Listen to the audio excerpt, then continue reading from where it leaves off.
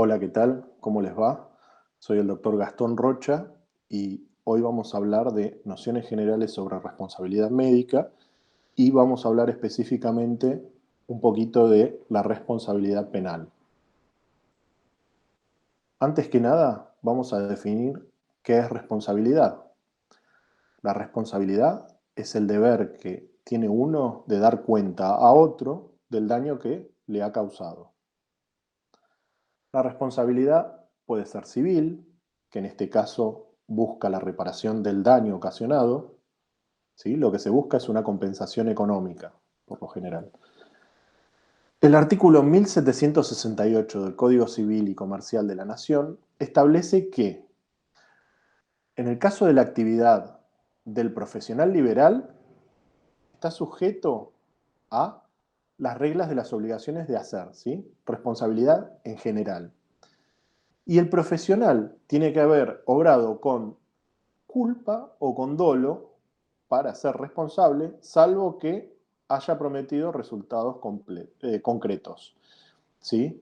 Eh, ¿Qué quiere decir todo esto? Que la responsabilidad médica es de medios, no de resultados, salvo una excepción, que es que se haya prometido un resultado concreto. ¿Sí? Hace un tiempo atrás eh, han habido publicidades en la calle que ofrecían, por ejemplo, cirugías, cirugías oculares y decían deje de usar los anteojos, opérese. Entonces ahí el profesional médico está ofreciendo un resultado. Y si la persona se opera, por más que su visión mejore sustancialmente, si necesita utilizar anteojos o lentes, no se está cumpliendo con el resultado prometido. En este caso, habría responsabilidad. En cambio, por otro lado, la responsabilidad lo que busca es una pena, ¿sí? Y la pena puede ser privación de la libertad, ¿sí? Prisión, inhabilitación, multa, ¿sí? Esos son ejemplos de pena.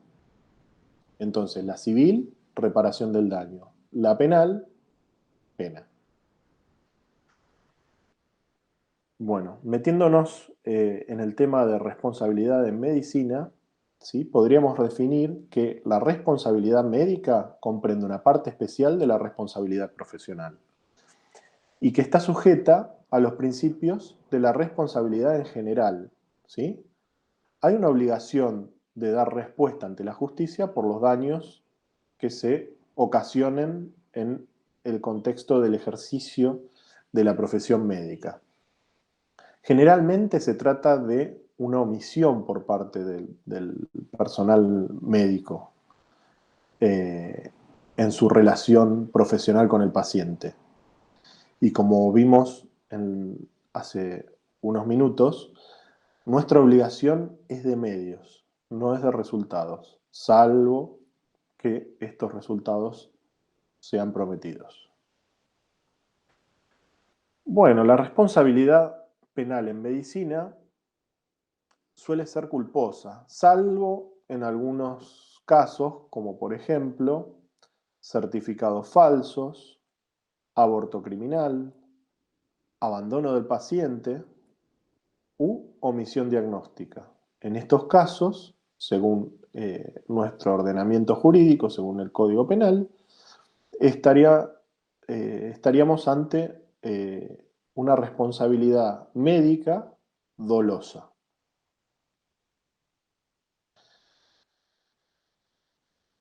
Bueno, dentro de responsabilidad en medicina nosotros tenemos que definir ciertos términos, como por ejemplo el dolo. ¿Qué es el dolo? El dolo es el conocimiento, o sea, saber lo que se está haciendo y saber llegar a ese resultado que se busca, y la voluntad, o sea, la intención de lograrlo por parte del autor que eh, realiza dicho acto que está prohibido.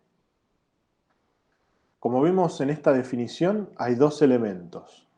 Por un lado, el elemento intelectual, que tiene que ver con el aspecto cognoscitivo del dolo, es conocer en sí los elementos que participan en este acto, el autor, la acción, el resultado. Y por otro lado, tenemos el elemento volitivo, que es la voluntad de querer hacer ese acto, ¿sí? Esta es la gran diferencia entre los tipos dolosos y culposos. Tenemos que definir también lo que es la culpa. Un delito culposo es aquel en el que no se exige esa intención, esa voluntad de producir el daño, como sí ocurre en el caso del dolo, sino que simplemente dicho resultado fue previsto o haya debido preverse. ¿Cómo se da la culpa? Se da dentro de la imprudencia, que es la temeridad, es no evitar los peligros, es la falta de prudencia, la negligencia, que tiene que ver con olvidar u omitir lo que se debe hacer, omitir las diligencias necesarias para no crear peligro, la impericia en el arte o profesión, que es actuar con desconocimiento, con falta de sabiduría, y la inobservancia de los reglamentos o deberes.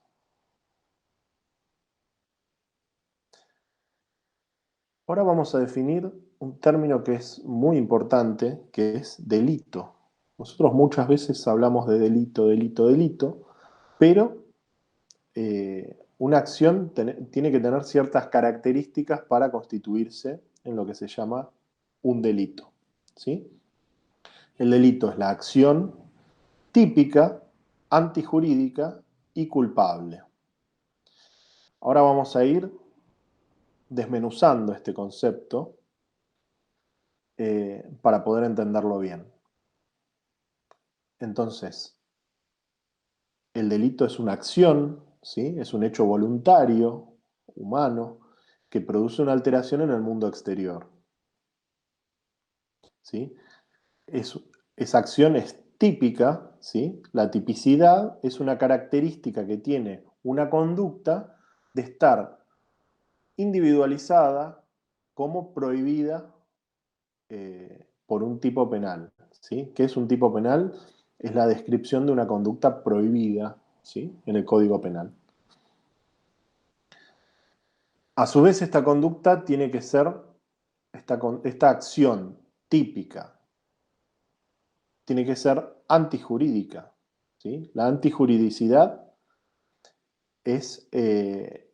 se da cuando esta conducta típica es contraria al derecho en su totalidad, es contrario a la ley. Y por último, tenemos el cuarto requisito, que es la culpabilidad, que no tiene que ver con la culpa que vimos en la diapositiva anterior, sino que hace referencia al reproche que se le hace al autor de esta acción típica antijurídica.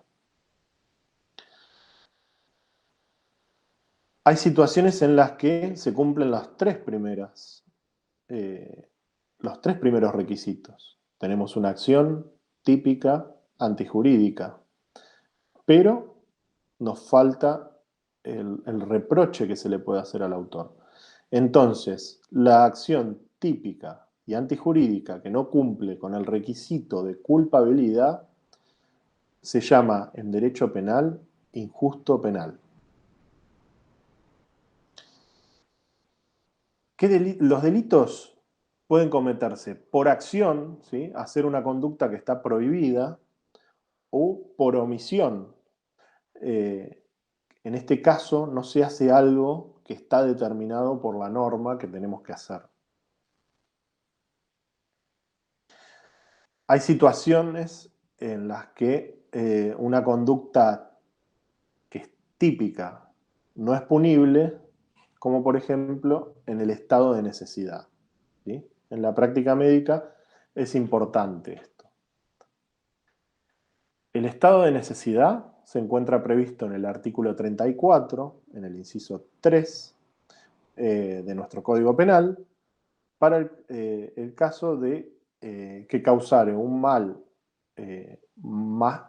para evitar un mal mayor inminente a que ha sido extraño. Ahora igual vamos a ir viéndolo. Entonces, en el estado de necesidad tenemos ciertos requisitos, ¿sí? Un elemento subjetivo que es el conocimiento y la finalidad de esta acción que vamos a realizar, ¿sí?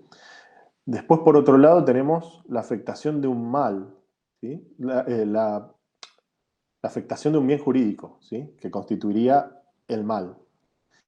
Y esta afectación proviene de una fuente humana o natural, debiendo ser, esto es importante, inminente, inevitable, y el mal tiene que ser menor que el bien que se quiere proteger. El autor tiene que ser ajeno a esta amenaza de mal mayor, ¿sí? No tiene que haber sido creada por el autor. Y, por otro lado, el agente no debe estar obligado a soportar el riesgo.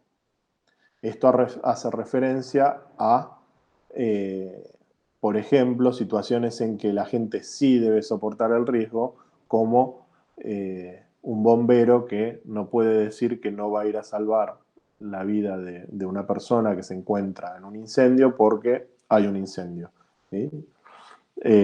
Su profesión hace que esté obligado a soportar ese riesgo. Lo mismo pasa con nosotros los médicos, que no podemos alegar que no vamos a atender a un paciente porque tiene varicela o tiene alguna enfermedad infecciosa, ¿sí? Nos protegemos y hay que atenderlo. Estamos obligados a soportar ese riesgo.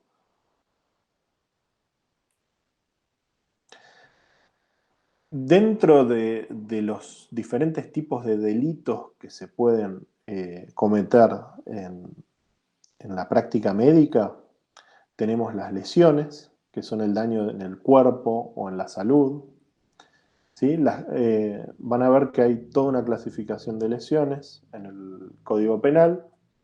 Y las lesiones son leves, graves o gravísimas, según en qué consisten. Después ustedes lean por su cuenta qué lesiones se incluyen en cada grupo. Tenemos las lesiones culposas, que son las lesiones en las que hay impericia, imprudencia, negligencia o inobservancia de los reglamentos. En este caso, verán que hay una pena de prisión de 1 mes a 3 años y también hay inhabilitación. Y después tenemos las lesiones en intervenciones quirúrgicas que tienen como fin un tratamiento, ¿sí? El fin es terapéutico. Ejemplo, un paciente inconsciente que viene con una lesión que necesita la amputación de la pierna, no hay quien autorice y se está muriendo, entonces al amputar una pierna nosotros vamos a provocar una lesión quirúrgica, pero el fin de esa lesión es terapéutico, ¿sí? Es salvarle la vida al paciente.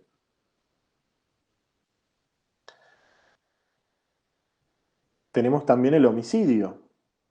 ¿Qué dice nuestro Código Penal acerca del homicidio en el artículo 79? Que consiste en matar a otro ser humano.